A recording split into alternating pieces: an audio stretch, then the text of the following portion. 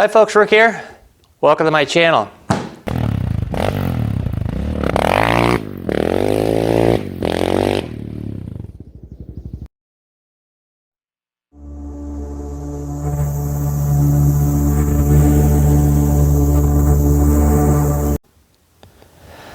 All right, well today we're going to show you how to replace shock bearings.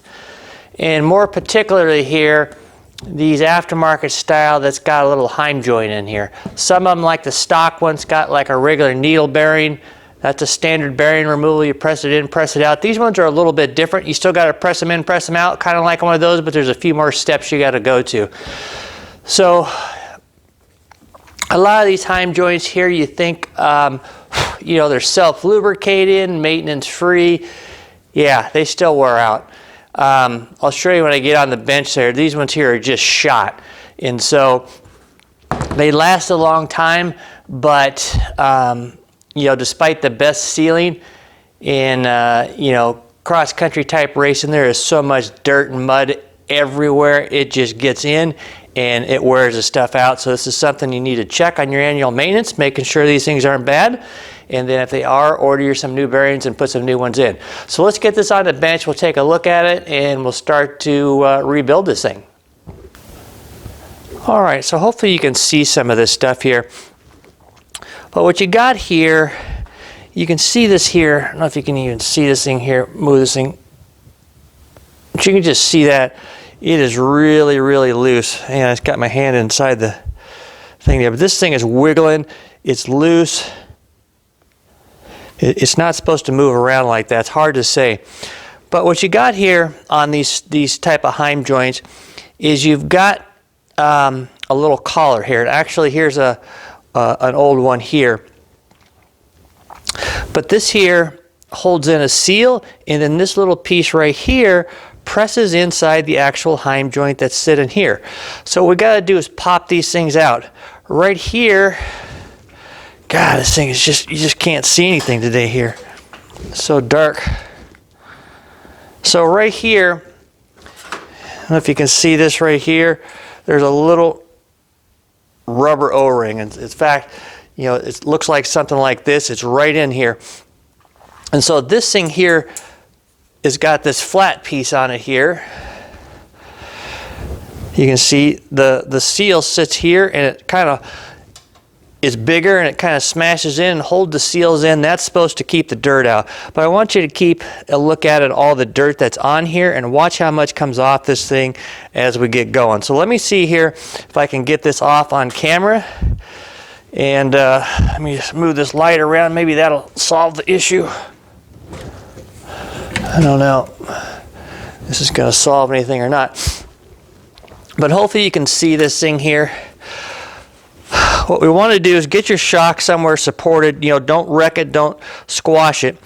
And what we want to do is kind of do this thing here. So we want to kind of get all this darn grease off this thing. We want to kind of wedge this underneath that little seal and wedge it underneath the seal on this side, if you can, and just kind of work it out. And there you go. So hopefully you've seen that. So now this here pops out. You can kind of see that. You can see how dirty and nasty that thing is. And then here's the seal, this little O-ring. We'll pry that out. Now look at this. Let's see if I can get this on video here. But look how much dirt, where's my little screwdriver at here? Look how much dirt is inside this thing. I don't know if you can see that, but it is just nasty in there. And you can see, I still got the other side on here, but you know, you can see this thing moving around quite a bit there. It's just loose, but look at all this dirt. This has got, even though these things are supposed to be maintenance free, all that dirt got behind these seals and it's just wrecked this thing. So that's the problem here. This thing is shot, and so we want to keep going after this thing here and get them out. So let me go ahead here and pull the other side out, then I'll show you the next step. All right, folks. So I've gone ahead one step because I want to show you a few things, but then I'll back up here. But look how much dirt's packed in this bearing. look at this crap in here. This, I've cleaned it. We've been moving around with it. It is just terrible. So this is the ultimate problem with these things. It's not the bearing. It's just the terrible work on this thing. But there's a couple things. I look on this side right here. This bearing is held in by a little circlip. If there's one on each side, and you got to remove it. So to get those out, you want to stick it in your vise like this. But I want to show you something here that I think is helpful. If I can get it on here. If you look here, you can kind of see these the ends here where your pliers would go. They got an edge on them. And what you can do here is, it's difficult. I've been finding it difficult. I can't do this. Finding it difficult here to get my little cutter or my circlip pliers in here to get these out. But if I go to the edge like over here, I can get this screwdriver in here and pry these things in myself with the screwdriver and not use this tool. So see how yours works. This might work, but I've been finding it easier to do this. I'll see if I can do it here or not, and then we'll do. So you're not going to be able to see this, but the circlip is like right here. I would need to get this in here, but it's a really, really tight fit. What I'm going to do here, again, is right on these little collars here, right behind it, I can see this thing, and I'm going to try to get the screwdriver in and just pop it up out of that little slot, hopefully. And this one is not wanting to do it. You snake. There we go. I got this one here. So I'm just going to pry this one side. Ah, man, I went right back in. Try this other side here. Nothing ever works the way you want to on camera. I would say there also it rarely ever works the way you want to off camera either, but that's a different story. Ah, man. I don't know why this one here just must be filled up with dirt or something like that. Let me try a little bit of help here with this little bugger. I'm going to wedge that in there. That will keep it from snapping down on me.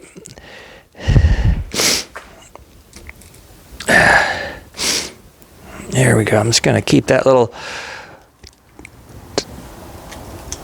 zip tie going, and then I'm going to try prying this other side out here.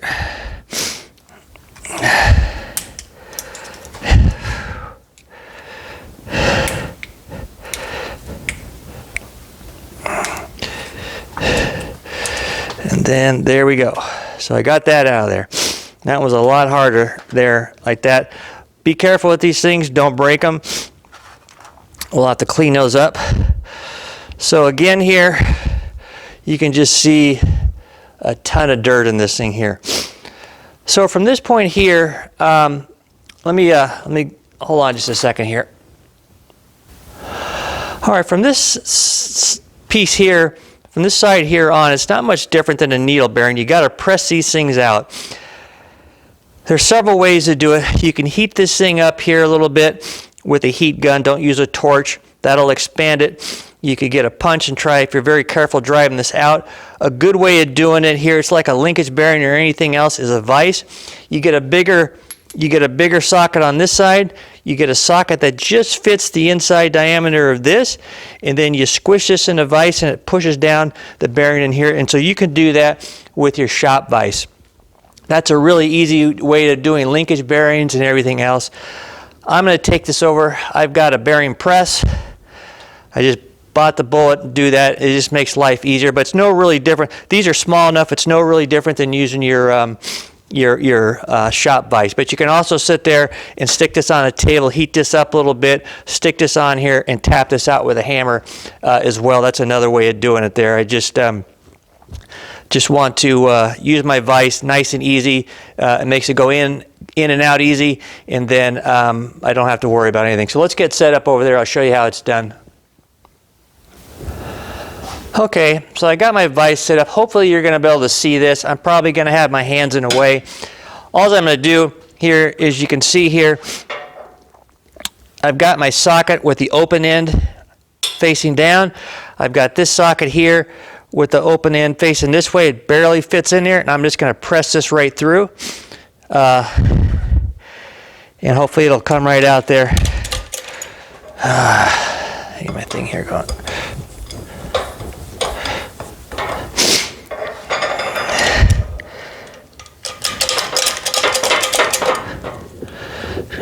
Make sure I get all this stuff in the center. Best I can.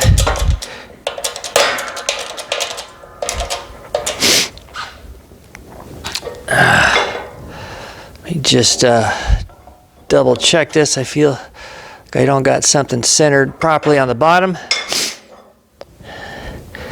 Make sure this is all set up good down here.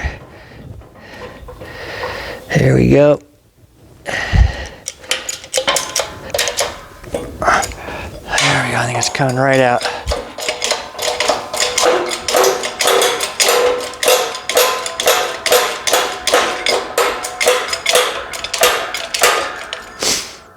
There we go.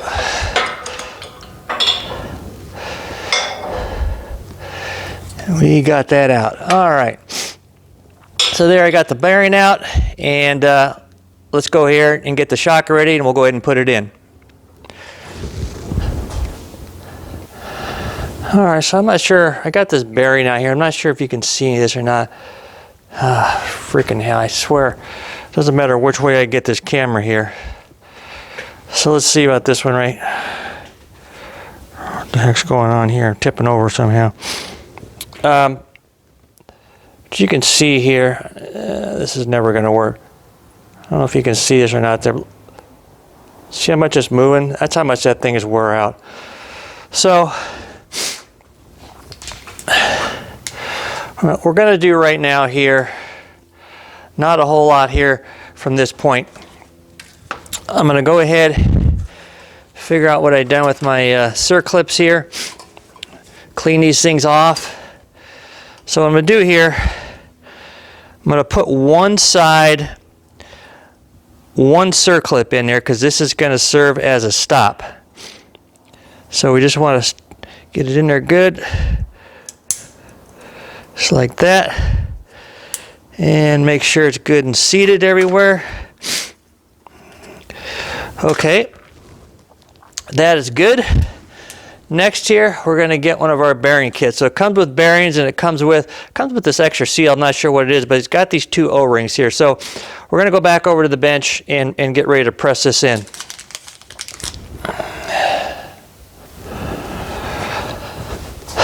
All right. So we're going to put this bearing in. I've got the little circlip on this side, so I need to press it down the other way. We want to take this socket here, instead of having the open end, we want the flat end down on this one right here. And we'll stick this bearing here on the top. Make sure it's nice and flush. Stick this here. Sometimes you can press these in a little bit by hand. We'll stick this bearing socket on top here. I can get all this to work. And then make sure everything's nice and straight. And of course,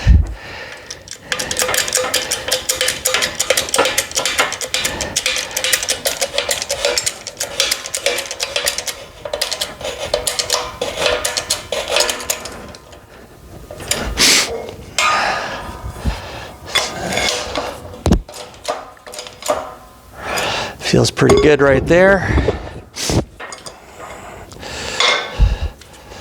We'll see. So that's it. It's pressed in nice. It's flush up against this. Hopefully you're seeing some of this. It's flush up against the little circlip. So that's it. We're going to go over here, put the other circlip in, and I'll show you how to finish this up.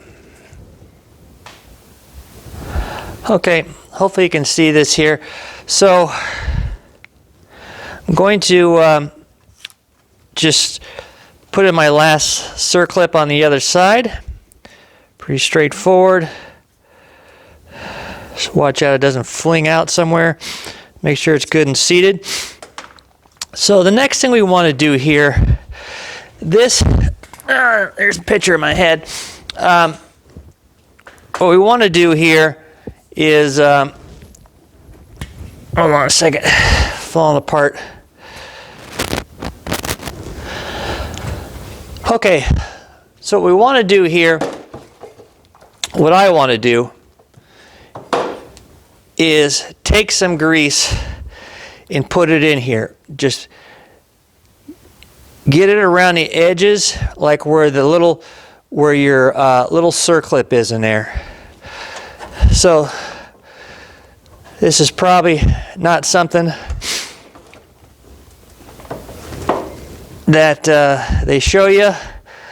It's not necessary. I'm not greasing anything. What I'm doing on this thing here with this grease, and you see me do on a lot of stuff that I do, is I pack everything with grease, because that grease is going to help keep the dirt and water out of this thing.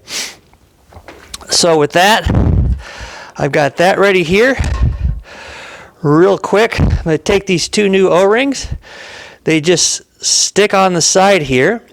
And then we got our two little collets, and these got to get pushed in here. So I'm going to stick them in here. I've cleaned them up. Going to just get them started a little bit. Hopefully you're going to see this. And you just use your shop vise here to squish them back in. And just make sure they all go in good. Like so. So, yeah, this one's got to go in just a little bit farther here. There we go. So let me clean this up.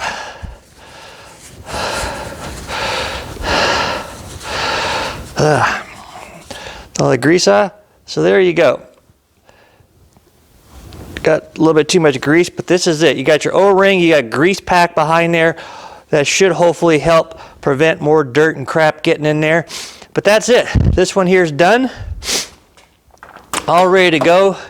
You can order these bearing packs online. Just Google them up for Elka suspension. I got these off of eBay. Not too bad. So it just takes a little time.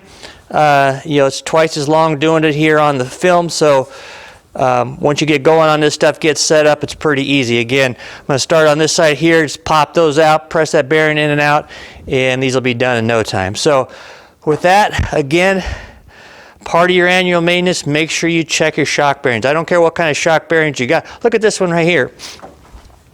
Look at this back one here.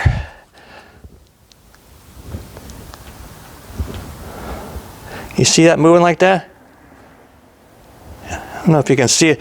This thing's moving all over the place, but check this stuff out. They go bad. It's part of your annual maintenance there. If they are, you don't want to ruin your shock at all. These are extremely expensive shocks, so replace the bearings. If you got needle bearings, do the same thing. Pull those things out, check them every year like you do your linkage and everything else. Your shocks will stay in good shape. So with that, take care and keep your shocks in good order.